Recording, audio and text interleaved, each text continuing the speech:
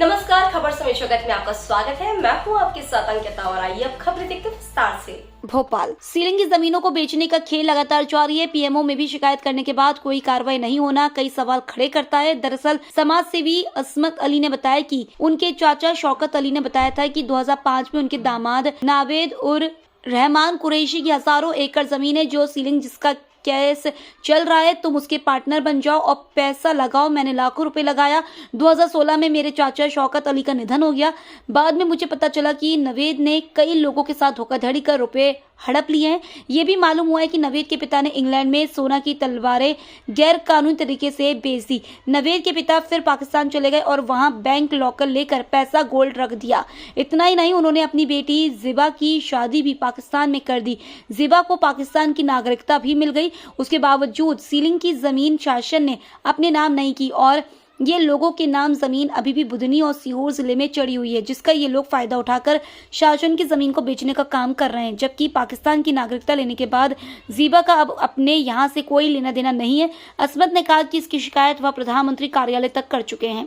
क्या है कि सैयद शौकत अली वकील साहब जो थे मेरे चचा थे और उन्होंने 2005 और 6 के अंदर मेरे को बताया कि उनके दामाद नवेद उर रहमान कुरैशी की हज़ारों एकड़ ज़मीनें हैं जो सीलिंग में केस चल रहे हैं।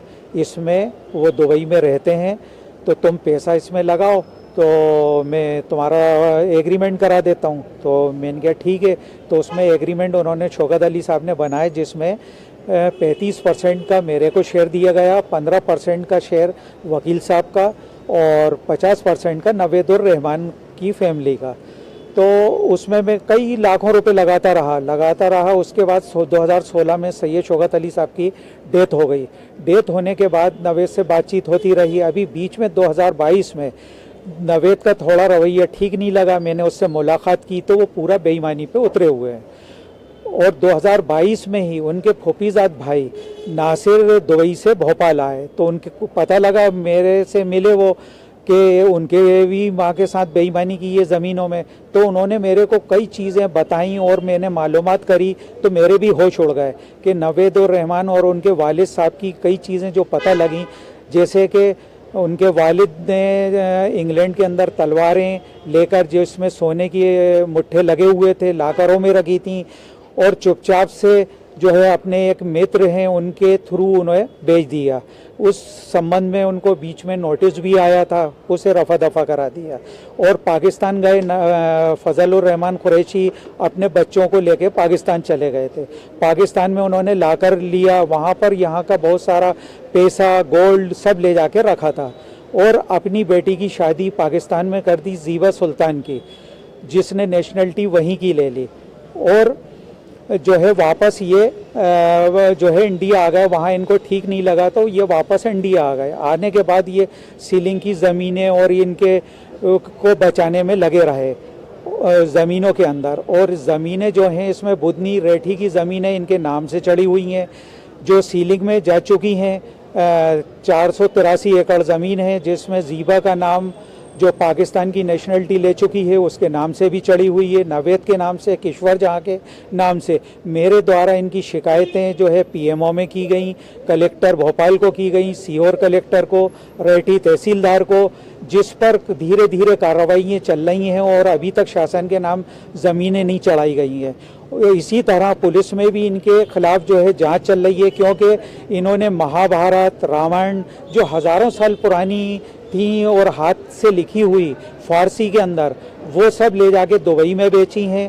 पिकासो पेंटिंग अनमोल सुना है मैंने कि 100 करोड़ में दुबई में ले जाके बेची है इन्होंने।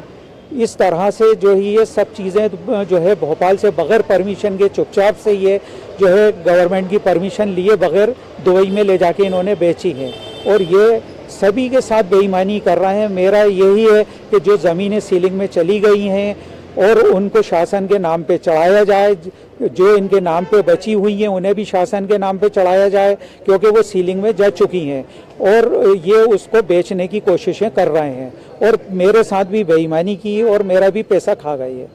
क्या लगता है पूरे प्रकरण में कि जब नेशनलिटी पाकिस्तान की और यहाँ पर जमीनों का इसमें लाइसेंस भी उनके पास यहाँ पर इस्तेमाल किया गया है? जी हाँ, मेरे को उन्होंने रजिस्टर्ड पावर ऑफ टर्नी दी थी 2010 के अंदर, जिसमें कि जीबा जो नेशनलिटी पाकिस्तान की ले चुकी थी, उसके बाद भोपाल में जो लाइसेंस बना हुआ है उसका उपयोग किया, मेरे को रजिस्टर्ड पावर ऑफ टर्नी भी दी गई थी और उनके नाम से आज भी ज़मीनें चढ़ी हुई हैं। और यहाँ पर बिल्कुल बताया नहीं गया है कि नेशनलिटी पाकिस्तान की बरसों पहले ये ले चुकी हैं, जिनकी बहुत साल पहले शादी हो चुकी है, बच्चे हैं, यहाँ कोई लेना देना नहीं है इनका और इनके नाम से ज़मीनें। मैं ये चाहता हूँ कि ये जो ज़मीनें सीलिंग में और ये सब गई हुई हैं और शासन अपने नाम पे चढ़ाए और इन लोगों के खिलाफ जो बगैर परमिशन के पिकासो पेंटिंग, महाभारत, रामायण, जो अनमोल चीज़ें इंडिया के बाहर बेची गई हैं वो वापस दोबारा मंगाई जाएं, क्योंकि अनमोल हैं, फारसी में लिखी हैं और हाथ से लिखी हुई हैं। जहां पर भगवान का नाम आया वहां पर लाल से लिखा हुआ है। ये सब चीज़ें इन्होंने दुबई चुपचाप से ले जाके बेची हैं। खबर समय जगत के लिए संवाददाता आदित्य सराठी की report. For latest news, subscribe to our channel and press the bell icon